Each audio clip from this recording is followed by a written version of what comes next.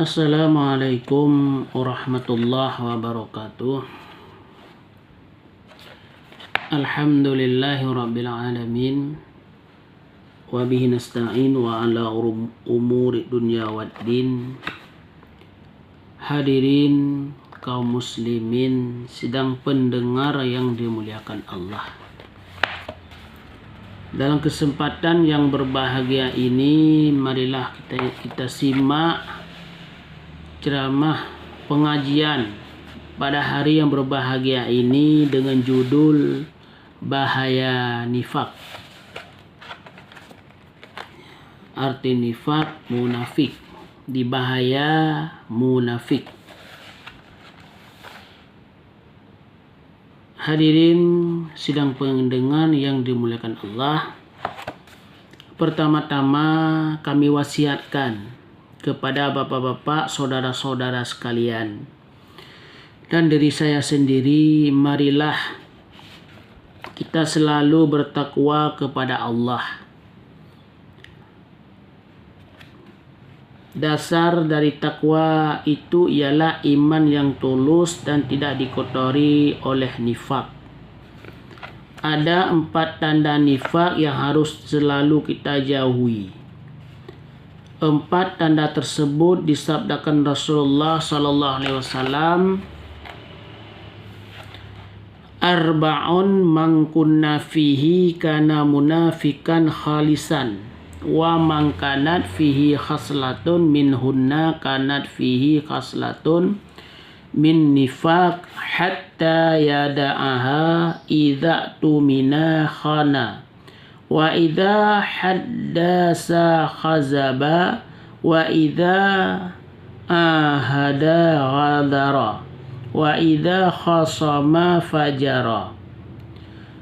Barang siapa yang dalam dirinya terdapat 4 hal, maka dia orang munafik yang murni. Barang siapa yang di dalam dirinya terdapat salah satu daripadanya, maka di dalam dirinya terdapat pekerti orang munafik sehingga ia meninggalkannya, yaitu apabila ia dipercaya, maka ia mengkhianati. Apabila ia berkata, maka ia berdusta. Apabila ia berjanji, maka ia mengingkari.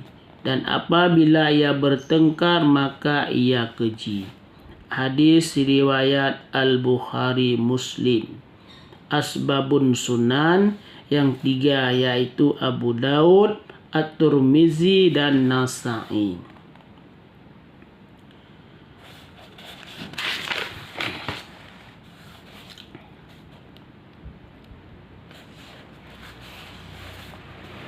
Terhadap hadis ini Imam Nawawi menyebutkan bahwa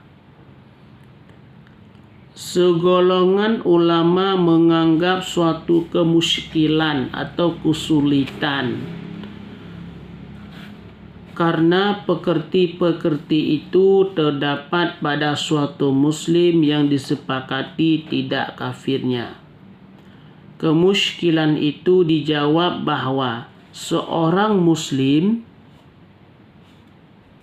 yang berperangai seperti itu berarti ia seperti munafik karena ia berperangai munafik. Jawaban ini berdasarkan pengertian bahwa yang dimaksud kemunafikan oleh hadis itu adalah kemunafikan iman.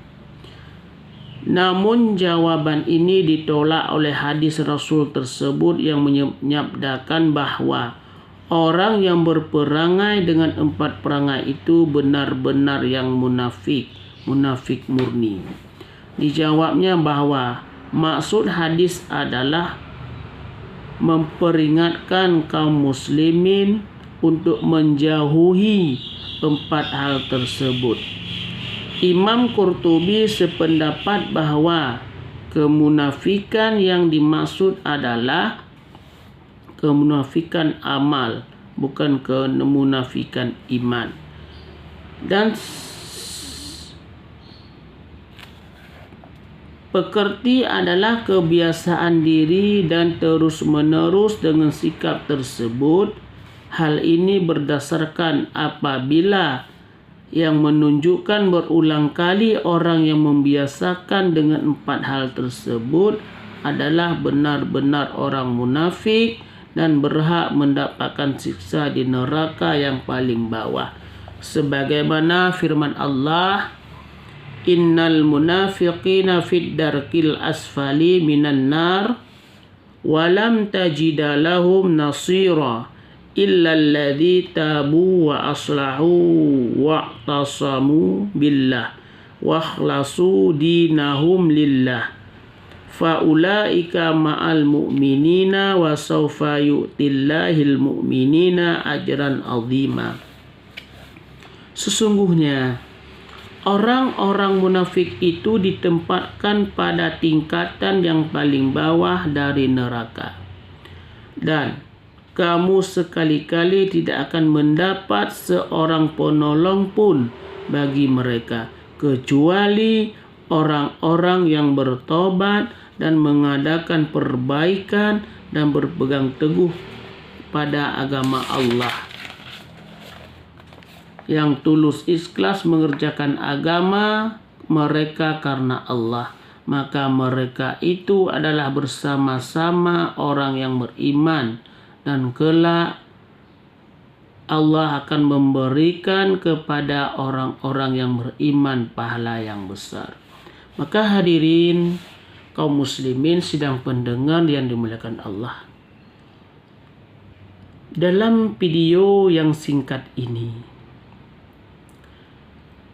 kami mengajak kepada saudara-saudara sekalian, katakanlah yang sanggup kita kerjakan. Jangan katakanlah, jangan besar kita katakan tapi tidak sanggup untuk kita kerjakan hal tersebut. Katakanlah apa yang sanggup kita kerjakan. Yang tidak sanggup kita kerjakan jangan kita katakan. Kemudian yang kedua, himbauan kami kepada kaum muslimin dan muslimat. Sesuaikanlah perkataan dengan hati. Jangan hati berkata begini, mulut berkata yang lain. Itu termasuk daripada munafik. Katakanlah yang sesuai hati dengan perkataan. Maka hadirin kaum muslimin, marilah kita jaga perkataan kita. Marilah kita jauhi sifat-sifat munafik. Semoga kita berbahagia dunia dan akhirat. Assalamualaikum warahmatullahi wabarakatuh.